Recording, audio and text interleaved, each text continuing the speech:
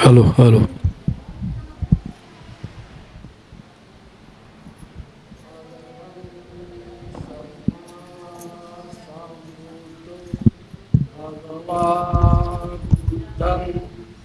भगवन्तं अभिवादे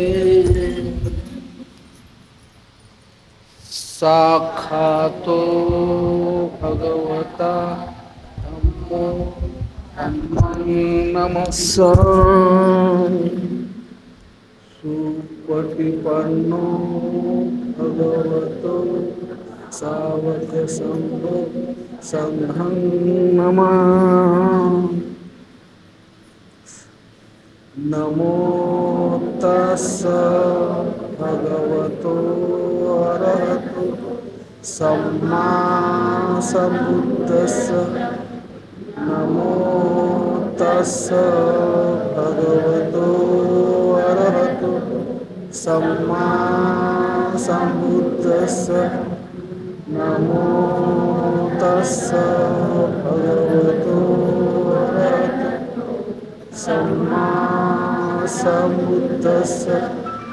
बुद्धं शरणं गच्छामि धम्मं शरणं गच्छामि संघं शरणं गच्छामि द्वितीयंपि बुद्धं शरणं गच्छामि द्वितीयंपि धम्मं शरणं गच्छामि द्वितीयंपि संघं शरणं गच्छामि तृतीयंपि बुद्धं शरणं गच्छामि तृतीयंपि धम्मं शरणं गच्छामि तृतीयंपि संघं शरणं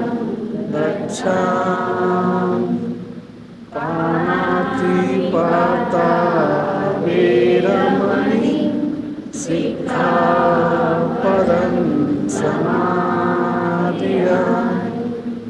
अदीर्णदाना वेरमणि सिक्खापदं समादियामि। कामेषु मिच्छाचारा वेरमणि सिक्खापदं समादियामि। मुसावादा वेरमणि सिक्खापदं समादियामि।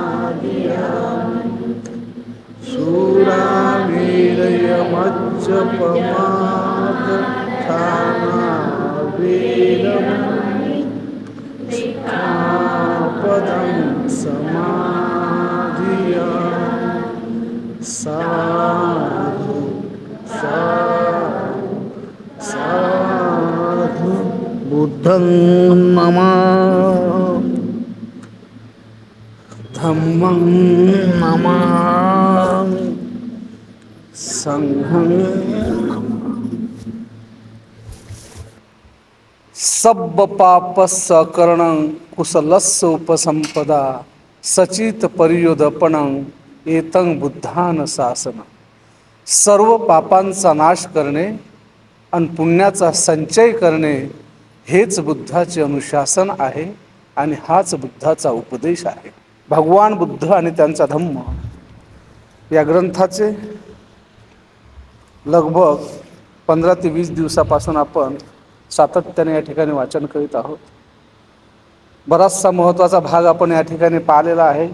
डॉक्टर बाबासाहेब आंबेडकरांनी मूलतः हा ग्रंथ केवळ या उद्देशाने लिहिलेला आहे की मी ज्या माणसाला, ज्या समाजाला एका भल्या मोठ्या संस्कृतीपासून अलग केलं, अनेक विषमतेच्या जोखळामध्ये जातीव्यवस्थेच्या जीर्ण बंधनात बांधलेल्या माणसांना बाबासाहेबांनी अलगद उचलून सगळं देवांचं अस्तित्व नाकारून फक्त माणसं कसे बनू शकतात यावर ध्यान केंद्रित केलं आणि तो धम्म आपल्याला दिला, म्हणजेच तथागत भगवान बुद्धाचा धम्म होय। ग्रंथ लिहिण्याचा त्यांचा उद्देश हाच होता की माझ्या माणसामध्ये कुठल्याही प्रकारचे मतभेद नको, कुठल्याही प्रकारची विचलता नको, कुठल्याही प्रकारचा गोंधळ त्यांच्यामध्ये निर्माण झाला नाही पाहिजे. आणि म्हणून सर्व ग्रंथाचा अध्ययन करून त्यांनी हा ग्रंथ म्हणजे सगळ्यांचा निचोड म्हणजे जगा बौद्ध धम्म जातक कथा, मिलिंद प्रश्न, त्रिपिटक असे महान तत्त्वज्ञांनी लिहिलेले अनेक ग्रंथ अस्तित्वात असून बाबासाहेबांना हा लिहिण्याचं कारणच ते आहे. आणि म्हणून या ग्रंथामधला बराचसा भाग आपण पाहिलेला आहे. जो मुख्य भाग आपण पाहिलेला आहे की तथागत ते बनलेले आहेत. सिद्धार्थ गौतमाचा तथागत कसा बनला म्हणजे तथागत भगवान बुद्ध कसे बनले इथपर्यंतचा प्रवास आपण पाहिलेला आहे. त्याच्या मागे काय काय कारणे, त्यांना काय काय करावं लागलं, ह्या साऱ्या गोष्टी आपण पाहिलेल्या आहेत. नव्या प्रकाशाच्या झोताकडे ते कसे गेले, सर्वात पहिले आलार कलाम यांच्या आश्रमात गेले, तिथे त्यांना अलग अलग प्रकारचे लोक मिळाले. त्याच्यानंतर त्यांनी आपला पुढे प्रवास सावला. आलार कलामकडे काय शिकले ते सांख्य तत्वज्ञान. सांख्य तत्वज्ञान याचा अर्थ मूळ संख्येशी नसून सांख्य याचा अर्थ तो जो सिद्धांत कपिलाचा होता, मूळ सिद्धांत करता म्हणजे सांख्य तत्वज्ञानाचा प्रणेता म्हणजे महर्षी कपिल. आणि कपिलाकडून शिकलेला जो आलार कलाम होता त्याच्याकडे जे काही थोडं बहुत ज्ञान होतं ते सिद्धार्थ गौतमाला त्यांनी दिलेलं आहे. तर सांख्य तत्वज्ञानाचा अर्थ मूळ हा आहे की त्यांनी सांगितलेला जो मार्ग आहे तो एकमेव असा शुद्ध मार्ग आहे, म्हणजे शुद्ध शाश्वत असा मार्ग होता त्या काळातला. म्हणजे आपण पाहिलं की सिद्धार्थ गौतमांनी दाखवलेले ते की 8 ऋषीमुनी म्हणजे भगवान बुद्धाचे जे त्या काळातील म्हणजे पूर्वज जे लोक होते, जे वैदिक ऋषीमुनी होते, ते 8 प्रकारचे ऋषीमुनी आहेत. ज्यामध्ये अधमहर्षी असेल, अनिल असेल, नारायण असेल आणि त्याचप्रमाणे बृहस्पती आहे, विश्वकर्ता आहे, अशा अनेक प्रकारचे 8 लोक जे विद्वान होते त्या प्रत्येकाचं तत्त्वज्ञान बुद्धांनी चाखलं होतं, पाहिलं होतं. त्यांच्या ज्ञानामध्ये बुद्धांना काय दिसलेलं आहे की कोणी सांगितलं की हे जग निर्माण कसं झालेलं आहे, या जगाची उत्पत्ती कशी झालेली आहे, हे त्यांनी सिद्धांत अलग अलग प्रकारे मांडले. कोणी तमस म्हटलं, कोणी तपस म्हटलं. तपस म्हणजे सूर्यापासून निर्माण झालं, तमस म्हणजे रात्र म्हणजे शीतलतेपासून निर्माण झालं. कोणी आपल्या सिद्धांतामध्ये हे जगाची निर्मिती पाण्यापासून झाली, कोणी वायूपासून, अलग अलग अलग अलग मतं मांडली. या सगळ्या लोकांच्या मतांचा विचार जेव्हा केला तेव्हा त्यांना आढळलं की यामध्ये काहीच तथ्य नाही. कारण जे ऋषी होते ते ऋषी म्हणजे 4 वेदांचे प्रणेते होते, 4 वेदांचे ज्ञाते होते. 4 वेद आपण पाहिलेच आहे, ऋग्वेद आहे, यजुर्वेद आहे, सामवेद आहे आणि अथर्ववेद आहे. ते वेद जे आहेत ते वेदात त्यांनी जे सांगितलेलं आहे की वेद प्रमातीत आहेत, वेदातीत आहेत, वेद स्वयंचलित आहेत, स्वखलितीत आहेत. म्हणजेच वेदांमध्ये जे सांगितलेलं आहे त्याला कुठल्याही प्रकारचं दुमत नाही. वेद जे आहे तेच 100% 100% खरं आहे असं त्यांचं मत होतं. आणि ती शिकवण समाजाला त्यांनी त्या काळापासून ते देत आलेले होते. तर मग तथागत भगवान बुद्ध जेव्हा ते बनलेले आहेत, त्यांनी जेव्हा संशोधित सन्मार्ग असा धम्म शोधला आहे, बुद्धाने काय शोधलं? 4 आठवड्यांनी त्यांना ज्ञानाची प्राप्ती झालेली आपण पाहिलेलं आहे. हे 4 आठवडे सुजातेने दिलेलं खीर होती का सुजातेने दिलेलं शिजवलेलं अनाज होतं? काय पाहिलं आपण? कोणाच्या मध्ये काय आहे? सुजातेने काय दिलं होतं? खीर नाही आहे. तेच मला पाहिजे. सुजातेने जवळपास 7 दिवसापर्यंत शिजवलेलं अनाज दिलेलं आहे, खीर नाही आहे. तुम्ही या पुस्तकात पुन्हा वाचून घ्या. खीर कुठल्याही प्रकारचा शब्द लिहिला नाही. सुजातेने दिलेली ते तिनं ठरवलेलं होतं, पण तिनं ते अनाज रूपात सिद्धार्थ गौतमाला दिलेलं आहे. आणि ते खाल्ल्यानंतर त्यांना वाटलं की अरे ह्याच्यात काहीच पडलं नाही. गेल्या 6 वर्षापासून आपण हे तपस करतो, तपश्चर्याने आपले पोट पाठीला लागलेलं आहे, सगळं शरीर कृश झालेलं आहे, अंगात त्राणसुद्धा राहिलेलं नाही. त्राण म्हणजे उभं राहण्याची ताकदसुद्धा नव्हती, चालणं तर दूरच. तर एवढा आपण कसं काय हे झालो आणि याच्यातून तर आपलं मरण निश्चित आहे. मग जेव्हा त्यांनी खाल्लेलं ते शिजवलेलं अन्न दिलेलं आहे दान म्हणून, ते खाल्ल्यानंतर त्यांच्या शरीरात एक नवीन बल आलं, नवीन ताकद आली, नवीन ऊर्जा आली. त्यांना वाटू लागलं की नाही हे योग्य आहे, जगण्यासाठी हे जरुरी आहे. आणि मग त्यांनी तो मार्ग सोडलेला आहे. तर या 8 ऋषीमुनींच्या तत्त्वज्ञानापैकी सिद्धार्थ गौतमानं म्हणजे जेव्हा तथागत बुद्ध बनले त्यांनी ते पाहिलं की फक्त कपिल जो होता, महर्षी कपिल याचं जो तत्त्वज्ञान होतं ते बुद्धानं काही अंश स्वीकारलं. कारण त्याचा सिद्धांत कसा होता, म्हणजे बघा त्या काळात जी अंधश्रद्धा चरमसीमेवरती, एवढं अज्ञान आणि अंधत्व होतं की लोक म्हणजे एक विशेष वर्ग जे सांगे तेच सगळे लोक ऐकत असत. मग तो प्रस्थापित वर्ग आपण पाहत आलेला आहोत. ब्राह्मण हा प्रस्थापित वर्ग आहे सुरुवातपासून ते आजपर्यंत. तर त्या वर्गांनी जो मार्ग सांगितला किंवा त्यांनी जे नियम घालून दिले समाजासाठी ते यथोपरी म्हणजे सगळ्यांनी ते मान्यच केले पाहिजे असा त्यांचा आग्रह होता. आणि ते म्हणत आम्ही हे वेदातून सांगतो ना, वेद जे आहे वेदाला काही चॅलेंज नाही. वेदानं जे सांगितलं ते सांगितलं. वेद आहेत त्यांचे, मग पुराण आहेत, उपनिषदे आहेत, अशा अनेक प्रकारच्या साहित्यातून त्यांनी त्या शास्त्रातून माणसाला निव्वळ मूर्ख बनवण्याचं काम केलेलं आहे. दुसरं याच्या पलीकडे काहीच नाही आहे. म्हणून भगवान बुद्धाने ते एकदम पूर्णतः नाकारलेलं आहे. फक्त कपिलचा सिद्धांत यासाठी मान्य केला की कपिलच्या सिद्धांतामध्ये त्या काळीसुद्धा म्हणजे जो काळ ब्राह्मण व्यवस्थेचा अंधविश्वासाचा जो एवढा भयावह काळ होता तो की त्यांनी जे सांगितलं तेच प्रमाण लोक मानत असत, अशा काळातसुद्धा कपिलाचा सिद्धांत त्यांच्या विरुद्ध होता. कपिलानं सांगितलेलं सांख्य तत्त्वज्ञान काय सांगते की या सृष्टीमध्ये जी गोष्ट रहस्यमय वाटते त्या रहस्याला विवेकशीलता आणि ज्ञानाचा जो मार्ग दाखवते त्याला सांख्य तत्त्वज्ञान म्हणते. बघा पुन्हा एकदा, या सृष्टीमध्ये असणारं रहस्य जाणण्यासाठी विवेकशीलता आणि ज्ञानाचा जो मार्ग दाखवते त्याला सांख्य तत्त्वज्ञान म्हणजे. ते असं का घडलं तर त्याला विनाकारण घडलं म्हणजे साक्षात्कार किंवा दैववाद, मग कोणीतरी शक्ती आहे त्याच्यामुळे ते घडतं असंच झालं. तर तो चमत्कार किंवा साक्षात्कार कपिलानं पूर्णतः मान्य केला नाही.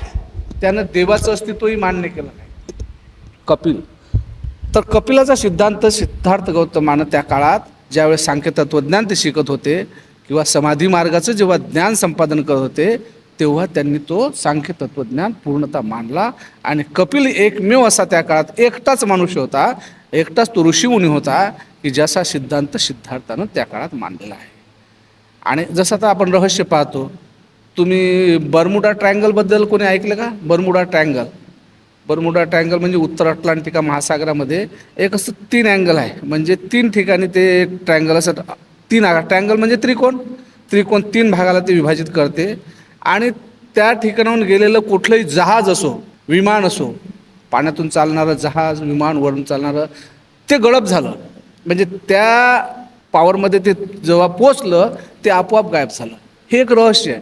मग त्यामध्ये रहस्य शोधताना आता संशोधकांनी हा पर्याय शोधलेला आहे की त्या ठिकाणी चुंबकीय जी ताकद आहे ती भयंकर ताकद आहे. त्या ठिकाणी खनिज संपत्ती, चुंबकीय संपत्ती सर्वात जास्त असल्यामुळे कुठलीही गोष्ट जशी गुरुत्वाकर्षण पृथ्वी आपल्याकडे खिचते, तिच्या पलीकडे गेलेचे तारे आता ते वर तरंग गेला, चंद्र, सूर्य, तारे त्याचे वर तरंग, कारण गुरुत्वाकर्षण शक्ती तिथपर्यंत नाही पोहोचून राहिली पृथ्वीची, त्यामुळे ते जसे तसे. परंतु त्याच्या पृथ्वीच्या गुरुत्वाकर्षण शक्तीच्या जो मार्ग आहे, तिची जी कक्ष आहे तिथपर्यंत ती आपल्याकडे ते खिचून घेते. तर अशी ताकद त्या ठिकाणी जे बर्मुडा ट्रायंगलमध्ये भयंकर चुंबकीय शक्ती असल्यामुळे त्या वस्तू आपल्याकडे तुरंत खिचल्या जातात. त्याच्यावर कुठल्याही प्रकारचं अजूनही संशोधन झालेलं नाही. तर असे जे रहस्य आहेत या रहस्यामागं कुठलं तरी कारण आहे. कोणती घटना विदाऊट कारणाशिवाय किंवा बिना कारणाशिवाय काहीच घडत नाही. आणि प्रत्येक कार्यामध्ये कुठलं तरी कारण पहिलेच दडलेला आहे. हा सिद्धांत कपिलानं मांडला होता. आणि हा सिद्धांत तर्कवादावर होता. म्हणजे तर्कशास्त्र म्हणजे बुद्धी तिथं लागते. कुठली गोष्ट शोधायसाठी लॉजिक लावा लागते. लॉजिक म्हणजे ज्या ठिकाणी काहीतरी अनुमान असते की हां ही गोष्ट ह्याच्यामुळे घडते. जसं त्यानं उदाहरण दिलेलं आहे. जसं म्हणजे आता पहिले सांगितलं ना कार्यकारण भावामध्ये काय, कुठलीही गोष्ट जर घडते, कुठले कार्य जेव्हा घडते त्याच्यामागं काहीतरी कारण असते. जसं आता उगमस्थानावर पाऊस पडला किंवा नदीला पूर आला तर आपण त्याचं कार्य काय सांगतो की हो डोंगराळ भाग जिकडे नदी जिथून चालू होते त्या ठिकाणी पाऊस पडल्यामुळे नदीला पूर आला, हे कारण आपोआप आला का नाही, ते कारण. आणि जसं आता कार्यावरून कारणभाव ओळखणं आणि कारणावरून कार्य ओळखणं. कारण जसं आभाळात ढग येतात म्हणे, आभाळात ढग आले की आपण ओळखू शकतो की हो आता पाऊस येऊ शकते, म्हणजे अनुमान लावतो ना. तर हे एक जे आहे ते त्याचं लॉजिक होतं. म्हणजे त्याचं जे लॉजिक होतं ते पटण्याजोगतं होतं. आणि बाबासाहेबांनी जेव्हा बुद्ध आणि धम्म लिहिला तेव्हा शेवटी बाबासाहेबांनी आपलं मत यात टाकलेलं आहे. ते सांगतात की जे बुद्धीला तर्कसंगत नाही बुद्धीला पटत नाही आणि बुद्धीला पटत नाही, ज्ञानाच्या कोणत्याही कसोटीत उतरत नाही, ते बुद्धाचं तत्त्वज्ञानच नाही. हे शेवटी बाबासाहेब म्हणजे जे तर्कशुद्ध असलं पाहिजे आणि बुद्धीला पटलं पाहिजे, तरच ते बुद्धाचं तत्त्वज्ञान आहे हे समजावे. तर अशा प्रकारचा तो सिद्धांत आहे. त्याच्यात आपण बरेचसे उदाहरण पाहिलं, जडत्व पाहिलं, वस्तूचं एका ठिकाणाहून दुसऱ्या ठिकाणी जाणं. जसं एस टीचं बसचं उदाहरण आपल्याला सांगता येईल. एखादी बस आपल्या जागेवर थांबलेली असते, प्रवासी त्यात बसलेले असतात. म्हणजे कुठल्याही एका जड वस्तूला जेव्हा एक बाहेरील बल मिळते, सोपं आहे समजायला. हे न्यूटनचे जे गतिविषयक नियम आपण शिकलेले आहोत 10व्या वर्गापर्यंत ना, ते माहीत आहे. गतिविषयक फर्स्ट नियम म्हणजे जड वस्तूला जेव्हा बाहेरील बल ताकद दिल्या जाते, तेव्हा जसं आपण बसमध्ये बसलेले आहोत, बसला बाहेर ताकद म्हणजे इंजन चालू होते आणि ते सुरू अशी पुढे ढकलते, त्यावेळेस आपण मागं जातो ना. तुम्ही अनुभवलं असेल की ज्यावेळेस बस पुढे जाते सरकार, सगळे प्रवासी पाठीमागे जातात आणि ज्यावेळेस बस थांबते, ब्रेकेच करते, ब्रेक लावते, त्यावेळेस सगळे असे पुढे येतात. तर हे ते ताकद आहे. म्हणजे जड वस्तूला एक बाहेरी ताकद दिल्यामुळे त्या गोष्टी नॅचरली अशा घडतात. असं ते जडत्वाचा नियम आहे त्याचा. तर अशा प्रकारचा जो सिद्धांत कपिलाचा होता, हा कपिलाचा सिद्धांत तथागत भगवानने त्या काळात मान्य केलेला आहे. बाकी सगळ्यांचे सिद्धांत त्यांनी पूर्णतः नाकारले. हे जग निर्माण कसं झालं, काय वस्तू कशातून आली, कोणती वस्तू कशामुळे बनली, ह्या साऱ्या गोष्टीच्या पासून तथागत बुद्धाने या गोष्टीला निरर्थक आहे म्हणून त्या सोडून दिल्या. ईश्वर आहे किंवा नाही, कोणी सांगितलं मग ही पृथ्वी ईश्वरानं निर्माण केली, कोणी ब्राह्मणानं केली, कोणी काय, तसे बुद्धानं तो वाद पूर्णतः नाकारलेला आहे. आजचा जो भाग आहे आपण तत्वता कपिलचा झाला का काल? नाही, हाच आहे ना. तर हे होते 8 ऋषीमुनी जे होते, ज्यांचं तथागत भगवान बुद्धांनी कुठल्याही प्रकारचं अस्तित्व किंवा त्यांचे सिद्धांत मान्य केलेले नाहीत. आता तत्ववेत्ता कपिलाच्याबद्दल पाहूयात. भारतवर्षातील प्राचीन तत्ववेत्तात कपिल हा अग्रगण्य होता. अग्रगण्य म्हणजे पहिल्या क्रमांकाचा. भारतवर्षामध्ये जे काही ऋषीमुनी घडले त्यांच्या सिद्धांतापैकी कपिलाचा सिद्धांत हा पहिल्या क्रमांकावर सर्व जग त्याला मानत होतं. त्याचा तत्वज्ञान विषयक दृष्टिकोन अनन्य होता, म्हणजे अलग होता, लोकांपेक्षा अलग होता, विशेष होता. आणि तत्वज्ञ म्हणून त्याचे स्थान अद्वितीय होते. त्याचे स्थान असाधारण होते, लोकांपेक्षा अलग होते. त्याच्या तत्वज्ञानाला सांख्य तत्वज्ञान असे ओळखले जाई. त्याच्या विचारातील मूल तत्वांचे स्वरूप थक्क करून टाकणारे होते. सत्याला पुराव्याचा आधार पाहिजे. सांख्य तत्वज्ञानाचे हे पहिले तत्व होय. पुराव्याखेरीज सत्य असू शकत नाही. बघा काय सांगितलं की कुठली गोष्ट मानायसाठी त्याला पुरावा पाहिजे की हो ही वस्तू याच्यात आहे, तर ते का आहे त्याचं कारण शोधलंच पाहिजे. त्याचं कारण असल्याशिवाय, त्याला पुरावा असल्याशिवाय ते मान्यच करणार नाही, असं त्याचा सिद्धांत आहे. सत्य सिद्ध करण्यासाठी कपिलाने सिद्धतेचे फक्त 2 मार्ग मानले. आता मग सत्य कसं सिद्ध करायचं, ते सिद्ध करण्यासाठी त्याचे 2 मार्ग आहेत. कोणता? प्रत्यक्ष ज्ञान आणि अनुमान. आपण पाहिलं लॉजिक आणि प्रत्यक्ष ज्ञान मार्ग म्हणजे आपली विवेकशीलता आणि बौद्धिक क्षमता म्हणजे ज्ञान, ह्या दोन्ही गोष्टीचा त्यांनी या ठिकाणी मार्ग दाखवला की ते शोधण्यासाठी ह्या 2 गोष्टी लागणार आहेत, तरच तुम्हाला सत्य शोधता येते. प्रत्यक्ष ज्ञान म्हणजे आपल्या समोरील वस्तूचे आपल्या मनाला होणारे आकलन. आता हे ज्ञान कोणतं झालं? प्रत्यक्ष ज्ञान. प्रत्यक्ष ज्ञान कशामुळे मिळते की जे आपल्याला सहजासहजी दिसते, दृष्टीत पडून राहिले. हो हे खुर्च्या इथं लागलेल्या आहेत, सगळे आपण बसलेले आहोत, हे समोरासमोर आहे, हे आपल्याला दिसते. म्हणजे याला पुराव्याचं 100% हा पुरावा आहे की आपल्याला सरळ सगळं आपल्या इंद्रियाला सगळे 5 इंद्रियांना त्यातली जाणीव होते. आपल्या डोळ्यानं पाहून राहिलो आपण, लोक दिसून राहिले, म्हणजे हे 5 इंद्रिय अलग अलग ठिकाणी जे काम करतात. तर पहिलं आणि अनुमानाचे त्यांना 3 प्रकार मानलेले आहेत. 3 प्रकार कोणते? कारणावरून कार्य ओळखणे, जसे ढगांच्या अस्तित्वावरून पावसाचे अनुमान काढणे. बघा ढग आकाशात आले म्हणजेच पाऊस येणार आहे असं आपल्याला अनुमान आपण काढू शकतो. त्याचप्रमाणे दुसरा आहे सिद्धांत कार्यावरून कारण ओळखणे, जसे दरीतून वाहणाऱ्या ओहोळाला पूर आल्यावरून डोंगरावर पाऊस पडल्याचे अनुमान आपण काढू शकतो. आणि तिसरा आहे साम्य म्हणजे समानता, जसे मनुष्य जेव्हा हालचाल करतो तेव्हा तो जागा बदलत असतो असे आपण अनुमान काढतो. त्याचप्रमाणे ज्या अर्थी तारे निरनिराळ्या ठिकाणी दिसतात त्या अर्थी त्यांना गती असली पाहिजे. बघा तारे हे अलग अलग ठिकाणी आपल्याला दिसतात ना, जसे उदाहरण म्हणून त्यांनी दिलं की माणूस एका जागेवरून दुसऱ्या जागेत जातो तेव्हा तो आपली जागा बदलतो. त्याचप्रमाणे तारे आपल्याला आकाशात जसे वेगवेगळ्या ठिकाणी दिसतात तेव्हा त्या ताऱ्यांना सुद्धा एक विशेष गती असली. आपण पाहतो ना तारा तुटला आपण म्हणतो आकाशात, आपण कधी कधी पाहतो रात्रीच्या निरभ्र आकाशात तुम्ही पहा एकदम म्हणजे उन्हाळ्याच्या दिवसात हे जास्त दिसते. एकदम पांढरं शुभ्र म्हणजे चांदण पूर असलं की त्या ठिकाणी तारा तुटतात, म्हणजे ते उल्कापात झाल्यासारखं होते. म्हणजे ती जागा जेव्हा बदलतात तारे एकमेकांना ते जागा बदलतात असं त्याला म्हणायचं. त्याला गती आहे. त्याचे दुसरे तत्व सृष्टीच्या उत्पत्ती संबंधी होते. सृष्टीची उत्पत्ती आणि तिचे कारण. आता बघा, त्याचे दुसरं जे तत्व आहे, जो सिद्धांत आहे, ते या सृष्टीच्या निर्मिती संबंधी आहे. तिची उत्पत्ती कशी झाली आहे, याचे काय कारण आहेत हे त्याने सांगितलं आहे. हे विश्व निर्माण करणारा कोणीतरी निर्माता आहे हा सिद्धांत कपिलाने अमान्य केला. बघा, कोणीतरी या सृष्टीचा निर्माण करता आहे हे त्यानं मानलंच नाही, अमान्य केलेलं आहे. ज्याप्रमाणे मातीतून मडके तयार होते किंवा सुतापासून कापड तयार होते, त्याप्रमाणे उत्पन्न वस्तूचे अस्तित्व पहिल्यापासूनच कारणात असते असे त्याचे मत होते. म्हणजे ज्या एका गोष्टीपासून दुसरी गोष्ट तयार होते, याचा अर्थ त्यामध्ये त्या वस्तूमध्ये एक कारण दडलेलं असते, विनाकारण नाही काहीच होत असं त्याला म्हणायचं. विश्व एखाद्या निर्मात्याने निर्माण केले हा सिद्धांत अमान्य करण्यासाठी कपिलाने पुढे केलेला हा पहिला आधार होय. त्याने तो का अमान्य केलेला आहे, तर त्याच्यासाठी तो आधार देते, त्यासाठी तो प्रमाण या ठिकाणी देत आहे. परंतु आपल्या मताच्या पुष्टार्थ त्याने इतरही काही आधार दिले आहेत. आपलं तर मत मांडलेलंच आहे, शिवाय दुसरे सुद्धा त्याने आधार दिलेले आहेत. असत हे कोणत्याही कृतीचा विषय होऊ शकत नाही. वास्तवता नवे कसे काहीच उत्पन्न होत नाही. आता असत म्हणजे काय? असत म्हणजे जे अस्तित्वात नाही त्याला असत म्हणतात.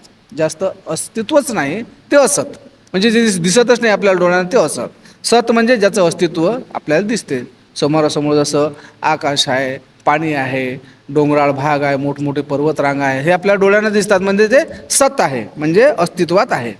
सुष्ट वस्तू ही ज्या पदार्थापासून बनते त्यापेक्षा ती निराळी नसते. ती ज्या पदार्थापासून बनलेली असते त्या पदार्थाच्या स्वरूपात ती अगोदरपासूनच अस्तित्वात असते. म्हणजे जशी आपल्याला दिसते, ज्याप्रमाणे दिसते त्या पदार्थाचीच बनलेली आहे असं आपण सांगू शकतो. परंतु ते त्या पदार्थाच्या अगदी निराळी मुळीच नसते, ती त्याच्यापासूनच बनलेली असते, किंवा ज्या पदार्थापासून ती बनलेली असते त्या पदार्थाच्या स्वरूपात ती अगोदरपासूनच अस्तित्वात असते. तिचा आकार त्याच पदार्थासारखाच बनलेला असतो. अशा निश्चित पदार्थापासून केवळ निश्चित स्वरूपाचीच वस्तू तयार होऊ शकते आणि काही विशिष्ट स्वरूपाच्या पदार्थापासूनच विशिष्ट स्वरूपाचा पदार्थ निर्माण होतो. म्हणजे जर विशिष्ट आहे तर त्याच्यापासून बनणारी वस्तूसुद्धा ही त्याच आकारे किंवा तशाच प्रकारची विशिष्ट वस्तू आपल्याला घडवता येते. मग या इंद्रियागोचर विश्वाचे मूळ कोणते? इंद्रियागोचर म्हणजे हा शब्द बघा, म्हणजे हे पंचेंद्रिय जे आहेत त्या पाचही इंद्रियांना जे आपण दिसते त्याच्यामुळे आपण जाणीव करू शकतो. जसं डोळ्यानं पाहू शकतो, नाकानं श्वास घेऊ शकतो, त्याचा आपला गंध येऊ शकते, कानाने आपण एखादी आवाज ऐकू शकतो, म्हणजे जसं अस्तित्वाच्याबद्दल त्यांचा नियम आहे. तर अशा प्रकारचं या इंद्रियागोचर विश्वाचे मूळ कोणते, म्हणजे जे आपल्याला दिसते आहे त्याचं काय मूळ आहे, जे अस्तित्वात आहे किंवा जे अस्तित्वात नाही याचं मूळ आधार काय आहे. बघा, कपिल म्हणतो उत्क्रांत वस्तू म्हणजे जे व्यक्त आहे, जे दिसते, व्यक्त झालेले आपल्याला समोरासमोर दिसते, आणि अनुत्क्रांत म्हणजे अव्यक्त वस्तू यांनी हे इंद्रियागोचर विश्व बनलेले आहे. त्यांना सिद्धांत काय आहे, म्हणजे व्यक्त आणि अव्यक्त, म्हणजे जे अस्तित्वात आहे आणि जी अस्तित्वात नाही, या दोन्ही गोष्टीचं मिलन करून ती वस्तू बनलेली आहे. म्हणजे ही ज्या वस्तू आहेत बनलेल्या त्या जे दिसते आणि जे दिसत नाही त्याच्यापासून बनलेली वस्तू, म्हणजेच आपल्याला जे हे निर्माण झालेली सृष्टी आहे याच्याबद्दल त्याला सिद्धांत मांडायचा. मग हा असा सिद्धांत भगवान बुद्धाने मान्य केला का, तर आपण पुढे पाहणार आहोत काय त्यांनी म्हटलेलं आहे याच्यावर. व्यक्त वस्तू या अव्यक्त वस्तूचे मूळ असू शकत नाही. व्यक्त वस्तू या अव्यक्त वस्तूचे मूळ असू शकत नाही, म्हणजे जे अस्तित्वात आहे, जे दिसते आणि जे दिसत नाही ते त्याचं मूळ आधार असू शकत नाही, किंवा हो ते त्याच्यापासून बनलेले आहे असं स्पष्ट सांगता येणार नाही. सर्व व्यक्त वस्तूंचे परस्परांशी काही अंश साम्य असते आणि म्हणून एक दुसरीचे अंतिम मूळ आहे असे म्हणता येत नाही. साम्यता जरूर असते, परंतु हे याच्यापासून हेच बनलेलं आहे असं आपल्याला निश्चितपणे सांगता येणार नाही. शिवाय ज्या अर्थी त्या सर्व एखाद्या मुळांपासून अस्तित्वात येतात त्या अर्थी त्या वस्तू स्वतः मूल घटक होऊ शकत नाहीत. बघा, ज्याच्यापासून जे तयार होते त्याच्यापासून ती वस्तू जशीच्या तशीच आहे किंवा मूळ अस्तित्वातच आहे हे आपल्याला म्हणता येणार नाही. नंतर कपिलाने असे विधान केले आहे की जरी कार्य हे कारणाचे बनलेले असते, म्हणजे कुठलीही घटना त्याच्यामागे कारण असते, तरीही ते कारणापेक्षा निराळे असले पाहिजे. म्हणजे जी घटना घडते त्या कारणापेक्षा वेगळी असली पाहिजे, निराळी असली पाहिजे. म्हणून विश्व हे अंतिम कारण असू शकत नाही. दुसऱ्या एखाद्या अंतिम कारणाचा तो परिणाम असला पाहिजे. म्हणजेच एका गोष्टीमधून दुसरी गोष्ट जेव्हा घडते तर त्या कारणापासून ते अगदी निराळी असली पाहिजे, तरच ती गोष्ट मान्य करावं असं त्याचं म्हणणं आहे. आणि तोच या विश्वाचा निर्माता असू शकते किंवा त्याचा अंतिम परिणाम त्याला म्हटलेला आहे. त्यांना अंतिम परिणाम असू शकते. अव्यक्त वस्तूचे प्रत्यक्ष ज्ञान का होऊ शकत नाही, म्हणजे जी आपल्याला दिसत नाही त्याचं प्रत्यक्ष ज्ञान का होत नाही. तिच्या योगे तिचे प्रत्यक्ष ज्ञान होईल अशी क्रिया इंद्रियागोचर का होत नाही, म्हणजे आपल्याला समोरासमोर त्याचं जाणीव का होत नाही, याचे कपिलाने पुढील प्रमाणे उत्तर दिलेले आहे. म्हणजे जी वस्तू आपल्याला सहजासहजी का दिसत नाही त्याचं कारण तो सांगते. त्याची कारणे निरनिराळे असू शकतील. एक असे कारण असू शकेल की ज्याप्रमाणे ज्यांच्या अस्तित्वाबद्दल शंका नसते अशा वस्तूही प्रत्यक्षात दिसत नाहीत, त्याचप्रमाणे अव्यक्त वस्तूंच्या सूक्ष्म स्वरूपामुळे त्या इंद्रियागोचर होत नसतील, किंवा अतिशय दूर असल्यामुळे किंवा अतिशय सानिध्य असल्यामुळे अथवा तिसरीच एखादी वस्तूची मध्येच असल्यामुळे किंवा तसदृश्य पदार्थांशी झालेल्या संकरामुळे ज्ञानेंद्रियाचा किंवा मनाचा एखादा दोष यामुळेही अव्यक्त वस्तू अदृश्य राहत असतील. बघा, त्याला किती कारणं सांगितलेली आहेत की एकमेकापासून ते का दुरावलेले असते, का दिसत नाही, अलग अलग त्यांना कारणं या ठिकाणी दिलेली आहेत. की एखादी वस्तू जर मध्येच दिसत असेल, आड येत असेल, त्याच्यामुळे तिकडली वस्तू आपल्याला दिसत नाही, किंवा ती वस्तू त्याच वस्तूसारखी असेल म्हणून त्यामुळे दिसत नाही, म्हणजे ते अस्तित्वात आहे पण ते आपल्याला त्याच वस्तूसारखी दिसत आहे आणि म्हणून आपण त्याचं अस्तित्व मानलं पाहिजे किंवा नाही मानलं पाहिजे याच्यावर त्या गोष्टीचे दिसण्यावर अवलंबून राहील.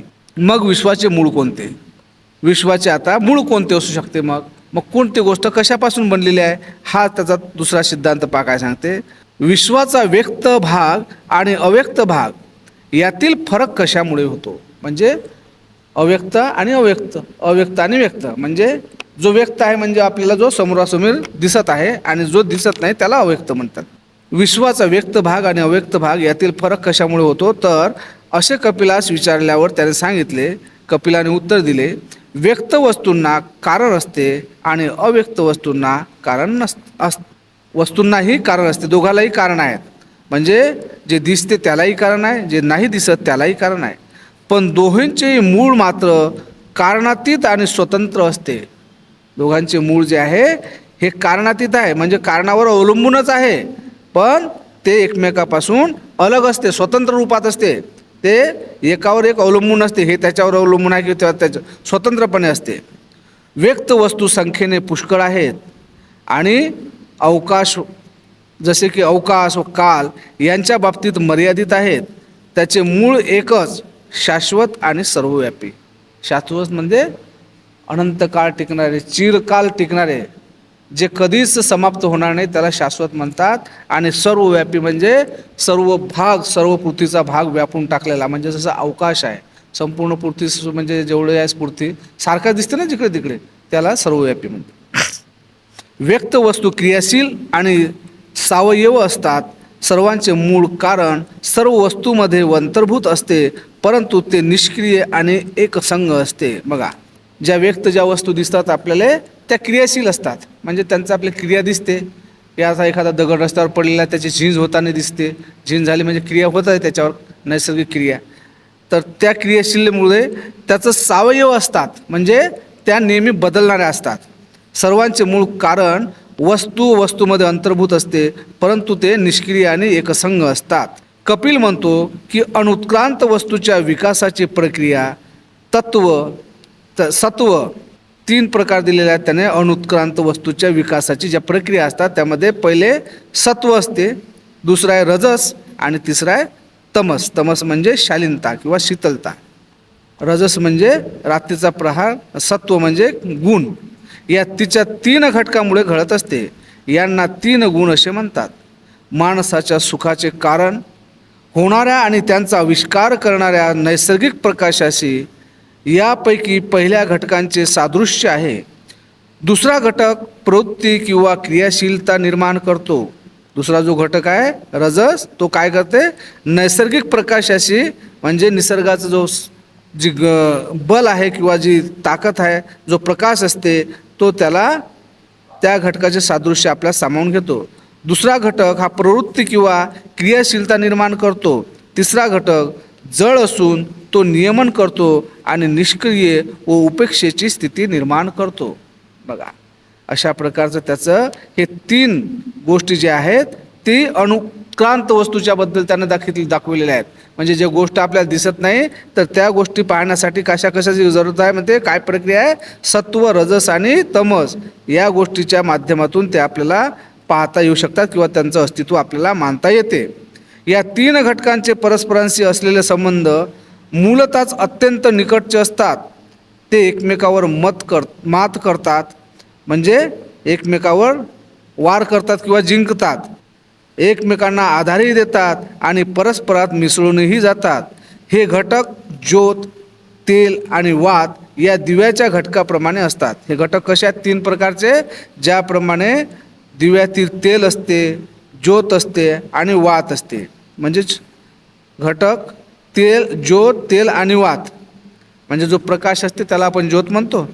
ज्याच्या आधारावर चालते ते आतमधले पंथीतील तेल असते आणि ती एक वात असते, ती जळलेली जळत जाते. या दिव्याच्या घटकाप्रमाणे असतात. जेव्हा या 3 गुणात समतोल असतो आणि एक दुसऱ्यापेक्षा वरचढ होत नाही, तेव्हा हे विश्व अचेतन होते व त्याची उत्क्रांती थांबते. बघा, मग हे जेव्हा एकमेकाला वरचढ होत नाहीत, हे म्हणजे एकमेकाला उलटत नाहीत, त्या स्थितीमध्ये राहतात, तर तेव्हा ही उत्क्रांती जी असते ही थांबलेली असते. पण जे अचेतन अवस्थेत मग ती विझून जाते ना. दिव्यातील जर आपल्या पंथीतील तेल संपलं तर तिचं अस्तित्व संपून जाते तिथंच. जेव्हा या 3 गुणांचा समतोल नसतो आणि एक दुसऱ्यापेक्षा वरचढ होतो, तेव्हा हे विश्व सचेतन होते आणि त्याची उत्क्रांती सुरू होते. मग जेव्हा याच्या सचेतनपणा येते, ते सातत्यानं चालू राहते, तेव्हा उत्क्रांती सुरू होते. म्हणजे नवीन जी वस्तू आहे एकमेकापासून बनणं सुरू होते, म्हणजे एकापासून दुसरी वस्तू बनते. गुणांचा समतोल का जातो या प्रश्नाला उत्तर देताना कपिल म्हणतो की दुःखाच्या अस्तित्वामुळे या 3 गुणाचा समतोल बिघडतो. दुःखाच्या अस्तित्वामुळे ह्या 3 गुणांचा समतोल बिघडतो. म्हणजे एकसारखे का राहत नाही? समतोल कशामुळे बिघडतो? तर दुःखामुळे. दुःख हे त्यानं मूळ कारण सांगितलं. कपिलाच्या तत्त्वज्ञानातील असेही सिद्धांत होते. सर्व तत्ववेत्यांपैकी कपिल मुनीच्या तत्त्वज्ञानाचा बुद्धावर मोठा प्रभाव पडला होता. बघा, आपण पाहिलेलं आहे पहिलेच की कपिलचा एक सिद्धांत जो होता तोच तथागत भगवान बुद्धांनी मान्य केलेला आहे. काही अंशा, पूर्णतः त्यांनी मान्य केलेला नव्हता. ज्याची शिकवण तर्कशास्त्र आणि वास्तवावता यावर आधारलेली आहे. असा कपिल हा एकच तत्त्वज्ञ असल्याचे बुद्धांना आढळून आले. तथापि कपिलाने सांगितलेल्या प्रत्येक गोष्टीचा त्यांनी स्वीकार केला नाही.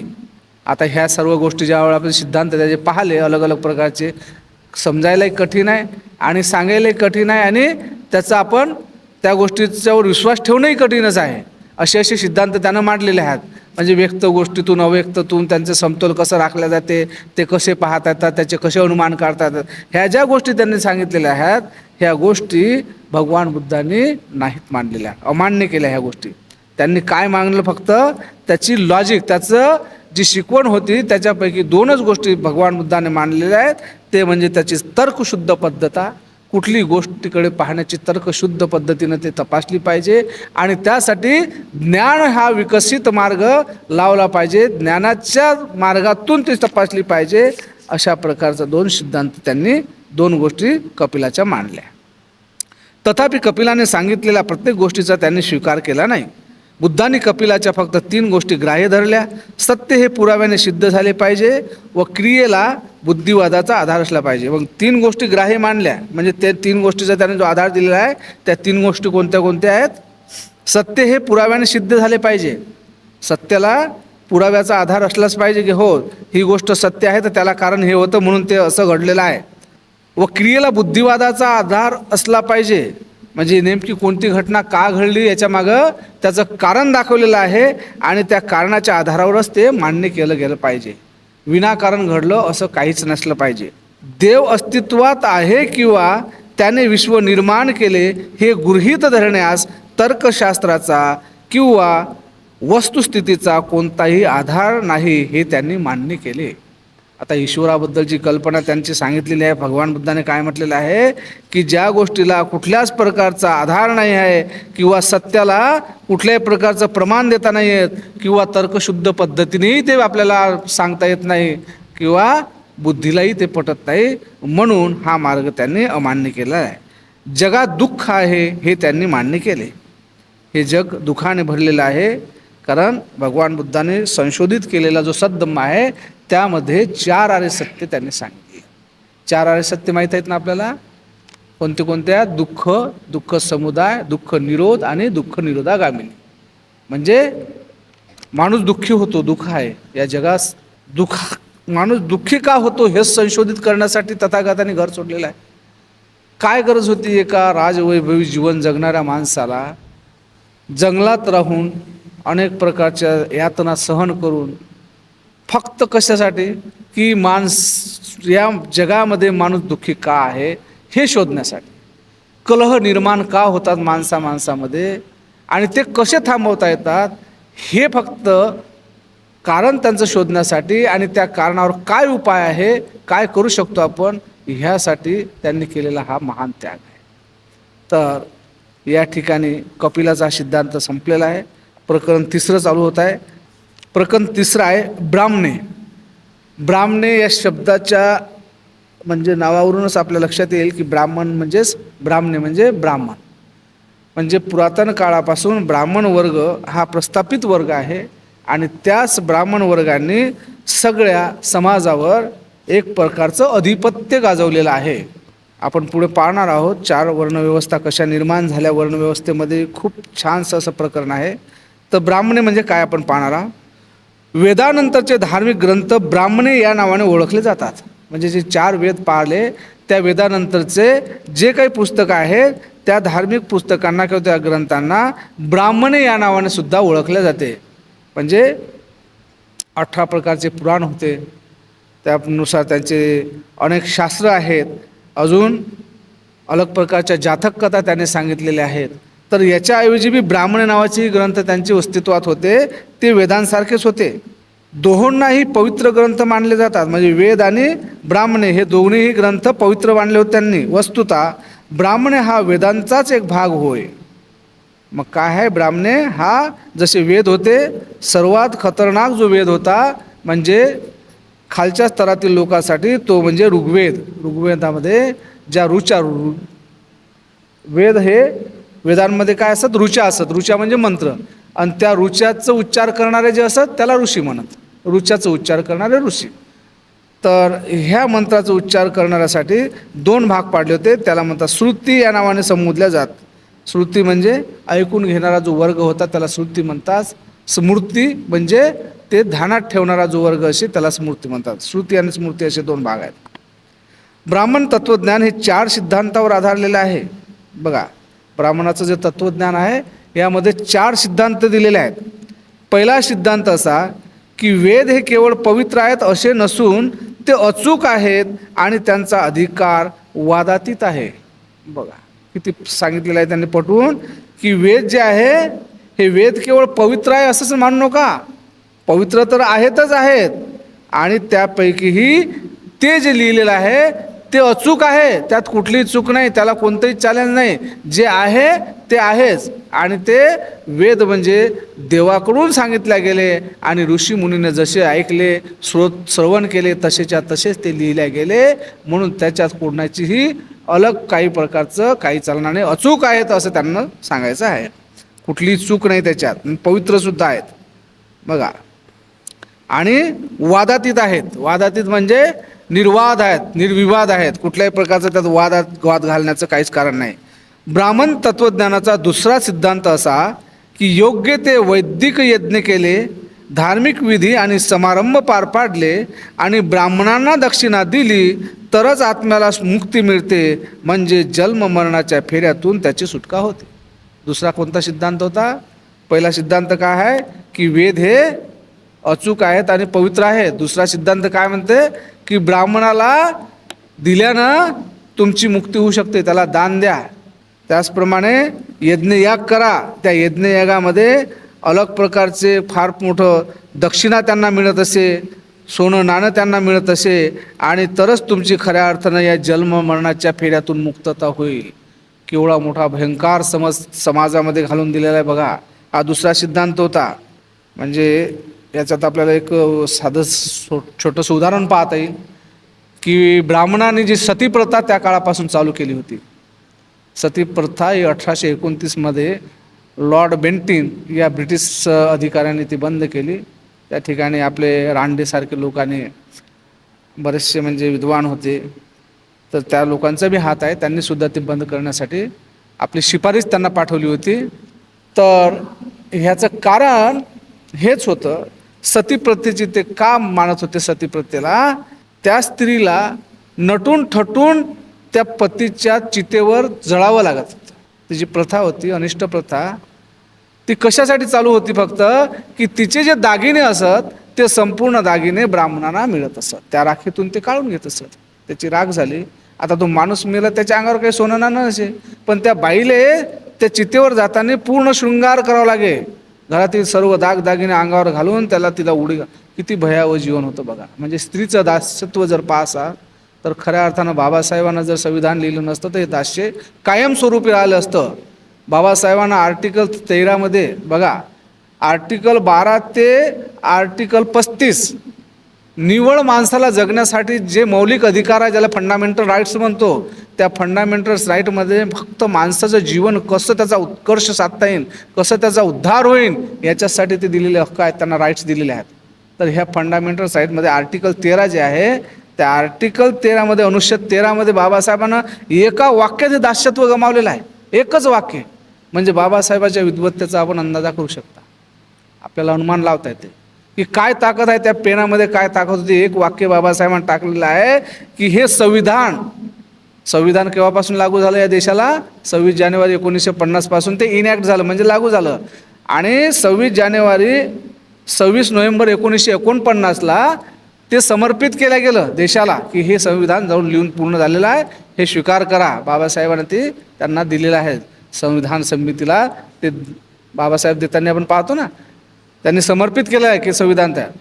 त्याच्यामध्ये आर्टिकल 13 लिहिलेलं आहे की हे संविधान ज्या तारखेपासून लागू होणार आहे त्या तारखेपासून यापूर्वी चालत आलेले सगळे नियम, सगळ्या प्रथा, सगळ्या परंपरा शून्य होतील. काय लिहिली त्यांनी ओळ? की संविधान जेव्हापासून लागू होणार आहे यापूर्वी चालत आलेल्या सर्व प्रथा, म्हणजे हजारो वर्षाचं दास्यत्व एका शब्दात, एका लाईनमध्ये बंद केलं आहे. एवढी ताकद आहे. तर हे सोबत आपल्याला माहीत असतं म्हणून मी सांगितलं सहजासहजी.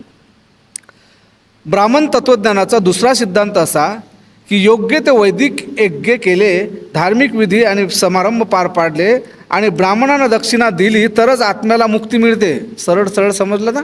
किती सोप्या भाषेत आहे, त्याच्यामुळे पुढचं काही आपण सांगणं नाही.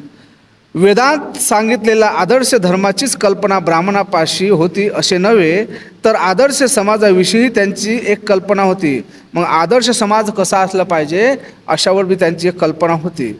या आदर्श समाज रचनेला त्यांनी चातुर्वर्ण असे नाव दिले. त्यांच्या मते जी आदर्श समाज रचना होती तीच चातुर्वर्णे आहे. तर चातुर्वर्ण्यात काय काय आदर्श आहेत त्यांनी दिलेला, ते आदर्श आपण पाहणार आहोत. चातुर्वर्ण्याची कल्पना वेदांत सांगितलेली आहे आणि ज्या अर्थी वेद हे शोकखलनातीत व वादातीत आहेत, म्हणजे कुठल्याही प्रकारचं विचलित करणारं नाही आणि कुठल्याही प्रकारचं वाद घालता येणार नाही अशा प्रकारचे आहेत, त्या अर्थी समाज रचनेची चातुर्वर्णे पद्धतीसुद्धा बंधनकारक आणि वादातीत आहे. म्हणजे जसे वेद आहेत निर्मळ, पवित्र आणि कुठलाही वाद न घालणारे, तशी चातुर्वर्ण्य व्यवस्थासुद्धा आहे, पवित्र आहे. त्याच्यात तुम्हाला कुठल्याही प्रकारचे वाद घालता येणार नाहीत. आणि कुठली आहे ती व्यवस्था? मग पहा, ही समाज पद्धती काही विशिष्ट नियमावर आधारलेली होती. ब्राह्मणांनी निर्माण केलेली समाज व्यवस्था, विशिष्ट नियम होते त्यांचे. कोणते नियम आहेत पहा. पहिला नियम असा की समाज 4 वर्णात विभागला जावा. 4 वर्ण व्यवस्थेमध्ये समाज विभागला जावा. पहिला आहे ब्राह्मण, दुसरा आहे क्षत्रिय, तिसरा वैश्य आणि चौथा शूद्र. अशी 4 वर्ण व्यवस्था त्यांनी तयार केली आहे. यामध्ये दुसरा नियम आहे. दुसरा नियम असा की या वर्णात सामाजिक समता असू शकत नाही. समता असू शकत नाही. बाबासाहेबांनी आर्टिकल 14 मध्ये इक्वेलिटी बिफोर लॉ आणि इक्वल प्रोटेक्शन ऑफ लॉ, बघा त्यांच्यावर केवढा मोठा प्रहार आहे हा. म्हणजे ज्या वर्णव्यवस्थेला हे आदर्श समजतात, कशावर? विषमतेवर. म्हणजे यात समता नसली पाहिजे, पण बाबासाहेबांना समता प्रस्थापित केली, कायद्यानं समता प्रस्थापित केली.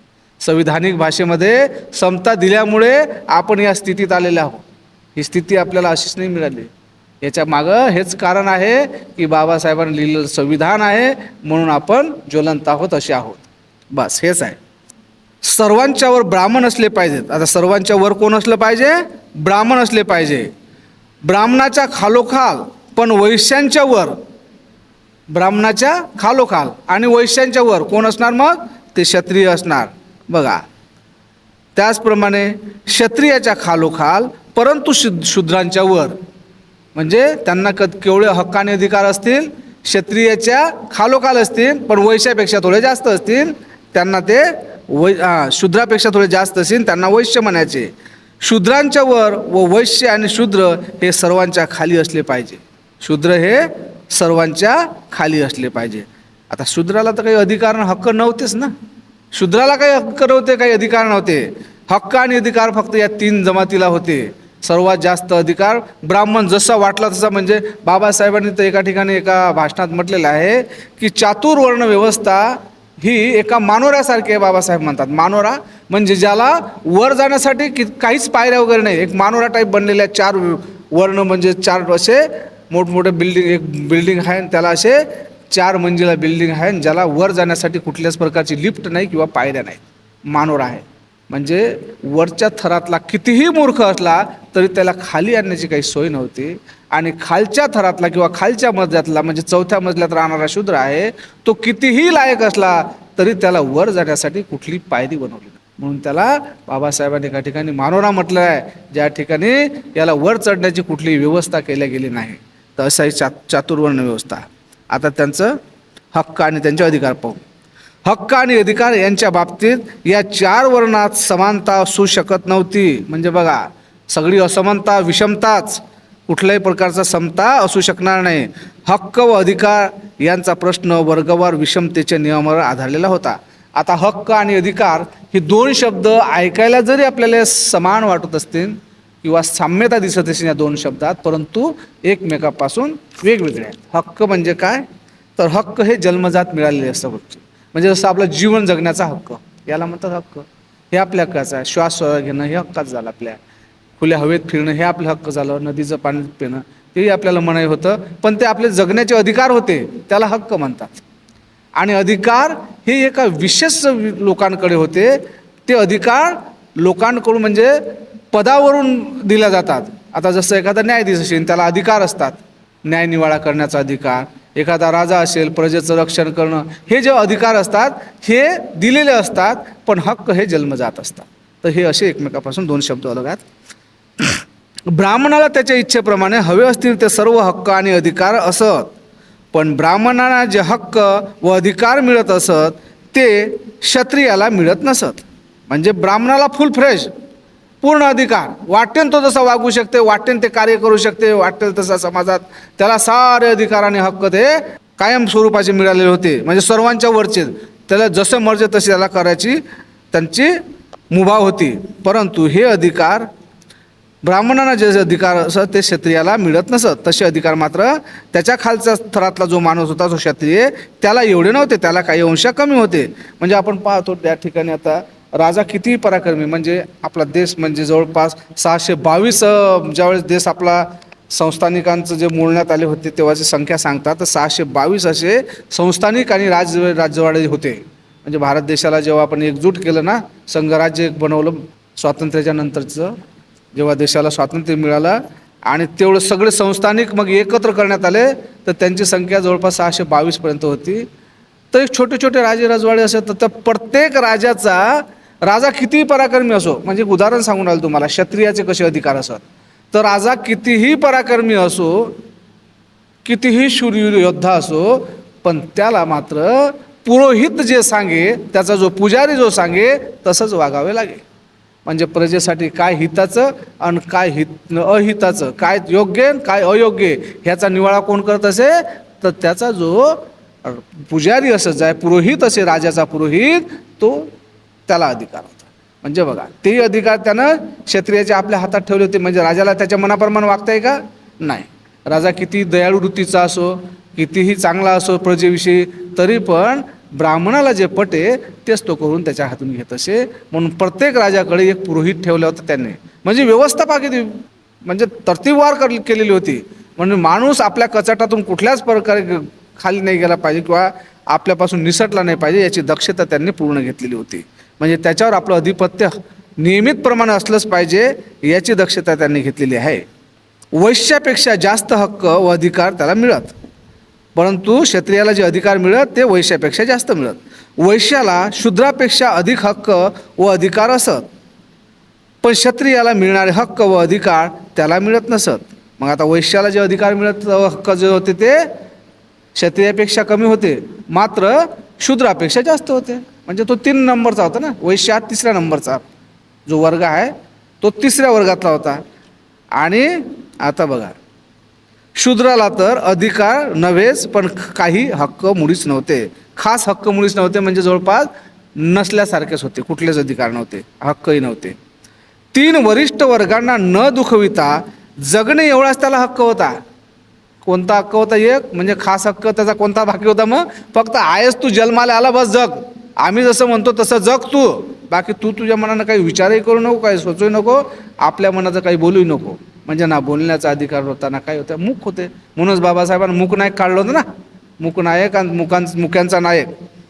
तर ते असं त्याचं कारण असे होतं, मुक्यांना जबान दिली बाबासाहेबांना. चातुर्वर्णाचा 3रा नियम व्यवसायाच्या विभागांनी संबंधी होता. बघा, आता हा 2रा नियम झाला, पहिला 2रा, आणि आता 3रा नियम काय आहे? त्यांच्या कामाची विभागणी, व्यवसाय, अलग अलग काम. आता हे जे आपण पाहतो ना, एका जातीमध्ये 12 पगड जातीचे लोक असतात ना, ते 12 लोक कोणते आहेत माहीत आहे का? जसं नावी असते, म्हणजे केस करताना त्याचं काम दाखवलं. त्यानंतर आपला कार्पेंटर असते, सुतार काम करणारा, अलग अलग प्रकारचे ते जे 12 लोक असतात, त्याला 18 पगड जातीचे लोक असे त्यांनी दाखवलेले आहेत आणि त्यांची विभागणी दिलेली आहे.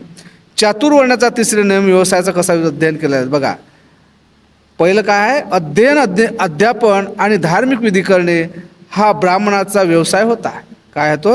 अध्ययन आणि अध्यापन आणि धार्मिक विधी करणे हा ब्राह्मणाचा व्यवसाय होता. ब्राह्मणाने आपल्याकडे कोणता व्यवसाय ठेवला होता? मग विद्येचा अभ्यास करणे, विद्या म्हणजे पुस्तके ज्ञान मिळवणे, ज्ञानाचं अध्ययन करणे आणि यांचे कर्मकांड, यांच्या जन्मापासून यांच्या मरणापर्यंत सारे कामं ब्राह्मणाने करावे, असा त्यांनी तो नियम घालून दिला होता चातुर्वर्ण्यामध्ये. क्षत्रियाचा व्यवसाय लढाई करणे हा होता. क्षत्रिय म्हणजे लढवय्य. त्यांनी आपल्या राज्याच्या सीमेवर शत्रूपासून आपल्या प्रजेचं रक्षण करावं, हा अधिकार त्यांना दिला होता. म्हणजे चांगलं काम, चांगलं होतं त्यांचं बी, बऱ्यापैकी काम होतं क्षत्रियाचं बी. व्यापार हा वैश्यावर सोपविण्यात आला होता. व्यापाराचं जे काय होतं ते सगळं काम, व्यापाराचं काम वैश्य लोकांनी करावं. म्हणजे जे काही व्यवसाय आहेत, धंदे आहेत, दुकानं आहेत, ते वैश्यांकडे सोपवले होते. आणि 3 वर्गाची सेवा करणे हा शूद्रांचा व्यवसाय होता. शूद्रांचा व्यवसाय किती सोपा होता बघा. या 3ही लोकांची यानं सेवा करावी. याला स्वतःजवळ काहीच करायचं काम नाही, जमीन ठेवण्याचा अधिकार नाही, काही नाही. या 3ही लोकांची फक्त सेवा करणे, त्यांनी जे दिले आहे ते खाणे, हा त्याचा व्यवसाय ठरवण्यात आला. निरनिराळ्या वर्णांना दिलेले व्यवसाय हे खास त्या वर्णांसाठी होते. एका वर्णाच्या व्यवसायात दुसऱ्याला शिरता येत नसे. म्हणजे आता आपण खुलेआम वाटेन ते धंदे करू शकतो, जे आपल्याला आवडतात. कोणाला काही आवडते, कोणी आपलं कपड्यांचं दुकान टाकते, कोणी आपलं शोरूम लावते, मोठमोठ्या गाड्या. नागपुरात बघा तुम्ही, भगत कंपनी आहे, सर्वात जास्त रिचेस्ट लोक आहेत भगत. आणि शोरूम आहेत मोठमोठ्या 4 व्हीलरचे, मोठमोठे कारखाने आहेत. आता वाटेल ते व्यवसाय आपण करू शकतो, पण त्या काळात मात्र तसं नव्हतं. आपापले व्यवसायच आपण करावे, हाच एक मार्ग होता. दुसऱ्याच्या व्यवसायात मुळीच जाणार नाही. तर हे जे समाजातल्या 12.5 जाती आहेत, हे पुढे येणारच आहेत, आता आपण पाहणार आहोत. तर चातुर्वर्ण व्यवस्थेचा चौथा नियम काय आहे ते पाहू आपण. शिक्षणाच्या हक्कासंबंधी होता. शिक्षणाचा जो हक्क होता तो चौथा नियम आहे त्यांचा, की चातुर्वर्ण पद्धतीने शिक्षणाचा हक्क ब्राह्मण, क्षत्रिय, वैश्य या पहिल्या 3 वर्णांना दिला होता. शिक्षण कोणाकोणाला घेत असे? हे 3 वर्ग, ब्राह्मण झाले, क्षत्रिय झाले आणि वैश्य झाले, या तिघांना शिक्षणाचा अधिकार त्यांच्या चौथ्या नियमानुसार होता. शूद्रांना शिक्षणाचा हक्क नाकारण्यात आला. शूद्रांना शिक्षण घेता येत नव्हते. कुठल्याही प्रकारचं शिकण्याची सोय शूद्रांना दिलेली नव्हती चातुर्वर्ण व्यवस्थेमध्ये. चातुर्वर्णाच्या नियमाने शिक्षणाचा हक्क केवळ शूद्रांनाच नाकारण्यात आला नव्हता, तर ब्राह्मण, क्षत्रिय आणि वैश्य या वर्णातील स्त्रियांना देखील तो नाकारण्यात आला होता. बघा, स्त्रीविषयी किंवा महिलांविषयी ब्राह्मणाची जी मतांतरे होती ती कशी भयानक होती बघा. म्हणजे या बाकीचे जे सगळे जे वर्ण आहात, 4ही वर्ण, ब्राह्मण झालं, क्षत्रिय, वैश्य आणि शूद्र, या म्हणजे मेन तर 3च होते ना. या 3ही वर्णातल्या स्त्रिया आणि शूद्रांना तर माणसालाही नव्हते आणि बायाला नव्हते, त्यांना सारखं होते. पण या तिघांना मात्र शिक्षणाचा अधिकार दिला त्यांनी वैश्यापर्यंत. क्षत्रिय शिकू शकतात, ब्राह्मण शिकू शकतात, वैश्य शिकतात, परंतु शूद्र आणि शूद्राच्या स्त्रिया आहेत नाहीतच. म्हणजे या 3 वर्णातले फक्त माणसं शिकू शकतात, यातल्या बाया मुली शिकणार नाही. म्हणजे स्त्री जातीवर हा त्या वेळेपासून केलेला हा चातुर्वर्ण व्यवस्थेचा अन्याय. आपण पाहतो त्या टीव्हीवर दिसतात ना, ते सिरियल वगैरे पाहतो, देवादिगाचे ते भगवान असे दाखवतात हात जोडून, आणि ते बाई बिचारी त्याची दासी असते, ते दास्यत्व पत्कारते, त्याचे पाय दाबते. म्हणजे दास्यत्व ही त्या काळापासून स्त्रीवर आलेलं आहे, हे लादलेलं आहे. म्हणून बाबासाहेबांनी या तेव्हाच सांगितलं होतं, संविधानात ते कलम नमूद केली होती, की देशाला स्वातंत्र्य मिळाल्यानंतर किंवा देशाचा राज्यकारभार सुरू झाल्यानंतर 6 महिन्याच्या आत हिंदू कोड बिल आणल्या जाईल. हिंदू कोड बिल नेहरू सरकारनं त्या काळात आणले नाही, म्हणून 1952 डॉक्टर बाबासाहेब आंबेडकरांनी, पहिला या देशाचा नेता आहे की जे हिंदू कोड बिल आणत नाही, सरकार आपलं ऐकून नाही राहिले, ठरल्याप्रमाणे तसं वागून नाही राहिले, म्हणून आपल्या पदाला सोडणारा किंवा पदाला लात मारणारा एकमेव मंत्री म्हणजे त्या काळात बाबासाहेब. आणि अजूनही तसं कोणी करू शकत नाही. त्यांचं हे जे कृत्य होतं हे फक्त स्त्रीसाठी होतं, हिंदू कोड बिलसाठी होतं. हिंदू कोड बिलमध्ये स्त्रीला पूर्ण अधिकार देण्यासाठी बाबासाहेबांना शेवटी ते सरकारला करावं लागलं, आणि मगच ते हिंदू कोड बिल पास झाल्यावरच ते सगळे अधिकार स्त्रीला मिळाले. आणखी एक 5वा नियम होता यामध्ये, चातुर्वर्ण व्यवस्थेमध्ये 5वा नियम काय होता? या नियमानुसार माणसाचे आयुष्य 4 आश्रमात किंवा टप्प्यात विभागले गेले होते. पहिल्या आश्रमाला ब्रह्मचर्य म्हणत, दुसऱ्याचे नाव गृहस्थाश्रम असे होते, तिसऱ्याला वानप्रस्थ आणि चौथ्याला संन्यास अशी नावे होती. बघा, माणसाचं जे जीवन होतं ते सुद्धा त्यांनी आखून दिलेलं आहे. जीवनाचे 4 टप्पे, 4 विभागणे केलेले आहेत जीवन जगताना. पहिला जो टप्पा आहे तो कसा आहे? ब्रह्मचर्य त्याला म्हणत, ब्रह्मचर्य जीवन. आता ब्रह्मचर्य जीवनाचे ते वय बी त्यांनी दाखवलेलं होते. त्याचं एक वय आहे, म्हणजे 18 वर्षापर्यंत ब्रह्मचर्य राहायचं. आता त्यानंतर दुसरं जे आहे ते गृहस्थाश्रम, म्हणजे 20 वर्षाच्या आणि 50पर्यंत, 20 ते 50 जवळपास अंदाजे त्याला या गृहस्थाश्रमामध्ये जगता येत असे. आणि तिसरं जे आहे वानप्रस्थ. वानप्रस्थ म्हणजे आपलं सर्व सूत्र मुलांच्या हाती देऊन द्यायचे, आणि 51 ते 75 या वयोगटात त्यानं आपलं अध्यात्म स्वीकारायचा. म्हणजे देवदिक इकडे जाय तिकडे जाय, कुकडे फिर, त्या देवाचे धाम असतात ना, ते धाम करण्यासाठी त्यांना मोकळंच करण्यात येईल. म्हणजे पूर्ण सूत्र घराचे मुलांच्या ताब्यात द्या आणि तुम्ही नंतर फिरत बसा, असा तो वानप्रस्थ होता. आणि शेवटात चौथा जो आहे, 4थ्या नंबरचा, तो होता संन्यास. संन्यास असं त्याला नाव देण्यात आलं होतं. म्हणजे 75 पासून बाकीचं उर्वरित आयुष्य त्यांना संन्यास धारण करावा, म्हणजे घरातून निघून जावं. पहिल्या आश्रमाचे उद्दिष्ट अध्ययन व शिक्षण हे होते. दुसऱ्याचे उद्दिष्ट वैवाहिक जीवन जगणे हे होते. तिसऱ्याचे उद्दिष्ट वैराग्य जीवनाची, म्हणजे गृहत्याग न करता कौटुंबिक बंध तोडून टाकणाऱ्या जीवनाची ओळख करून देणे हे होते. चौथ्या आश्रमाचे उद्दिष्ट माणसाला ईश्वराचा शोध घेण्यास व त्याच्यातच विलीन होण्यास समर्थ करणे हे होते. अशा प्रकारे ह्या आश्रमाचे म्हणजे जे 4 प्रकारचे आश्रम जगण्याचे माणसाच्या जीवनाचे टप्पे त्यांनी दिलेले, अशा प्रकारचे या टप्प्यामध्ये तो जीवन जगू शकते. आणि अशी ही चातुर्वर्ण्य व्यवस्था त्या काळापासून निर्माण झालेली होती. अजूनही त्याचे असर आजपर्यंत आपल्याला दिसत आहेत. अजूनही जात ही प्रथा कोणातूनच जात नाही. जात ही पूर्णतः लोकांमधून गेली नाही. म्हणून त्यासाठी बाबासाहेबांनी एकमेव उपाय सांगितलेला होता की सर्व धर्मीय लोक जेव्हा आपापसात म्हणजे रोटी व्यवहार बेटी व्यवहार हे जेव्हा घडतील, आता रोटी व्यवहार आपण कोणाच्याही घरी जेवतो, ते कोणी आपल्या घरी जेवू शकते असा झालेला आहे. परंतु बेटी व्यवहार म्हणजे काय, एक दुसऱ्यांना मुली वगैरे देणं, आपण त्यांच्या घरी देणं, त्यांच्या मुली आपण करणं, हे जेव्हा या देशात होईल तेव्हा हे देश मात्र खऱ्या अर्थानं राष्ट्र बनेल. हे बाबासाहेबांचे विधान आहे. आणि या विधानावरच आजचा हा ग्रंथ समाप्त करूया. उर्वरित भाग उद्या पाहणार आहोत. जय भीम. नथी मे शरणं अय्यं बुद्धो मे शरणं वरं एतेन सच्चवज्जेन होतु मे जयमंगलम्. नथी मे शरणं अय्यं धम्मो मे शरणं वरं एतेन सच्चवज्जेन होतु मे जयमंगलम्. नथी मे शरणं वरं अंगो मे शरणं वरं एतेन सच्चवज्जेन होतु मे जयमंगलम्. साधु साधु साधु.